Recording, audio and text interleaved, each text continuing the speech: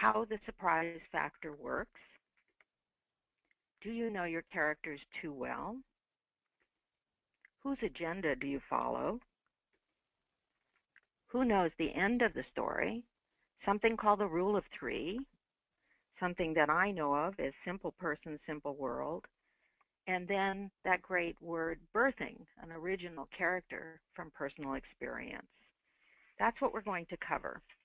So let's get right to it. Let's look at the definition of surprise. And, well, the noun is an unexpected or astonishing event, fact, or thing. The verb to surprise is to cause to feel mild astonishment or even shock. I must confess that in my life, I'm not a fan of surprises. I don't like surprise parties. I don't like surprises in my bank account. I don't like surprises. And so what happens is I have to change that when I write, because when a character surprises me, it's always a good thing. And so I'm going to lobby for you to say to yourself, gee, that's an unexpected and astonishing event. Wow, I'm a little shocked by what just happened, and meet that experience with, oh my gosh, that's a good thing. For writers, this means that the whole of your work is, and maybe should be, unpredictable, because surprise can come at any time and in any size or manner. Some of you out there outline, and that is to give you an overview of what's going to happen. That doesn't preclude the ability to let a surprise happen, to nurture a surprise to come into your life, into your work, and let that be a good thing.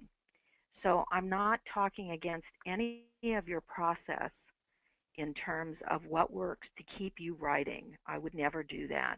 We all have our own process. Some people start on page 1 and they keep rewriting and rewriting as they go along. Others write the whole thing, flaws, everything, get to the end, turn around, and start going through drafts. I'm of the latter school. I want to get to the end. But when I come back around, just because I know the ending, doesn't necessarily mean it'll remain the ending in some ways. It may change in some form or texture, and certainly in the appearance of the ending, how it comes about. So I'm going to welcome all of that. If you're writing and rewriting as you go along, you still want room for surprises to happen, because that surprise may take you in the direction of where you're going ultimately, which is a successful story, really wonderful characters. I think if you've heard any of my stuff before, you know that I have a particular mantra, which is compelling story, engaging characters, and evocative world. And the engaging characters, I chose that word engaging very particularly. You don't have to be sympathetic to them. You don't even have to like them, but they have to engage you.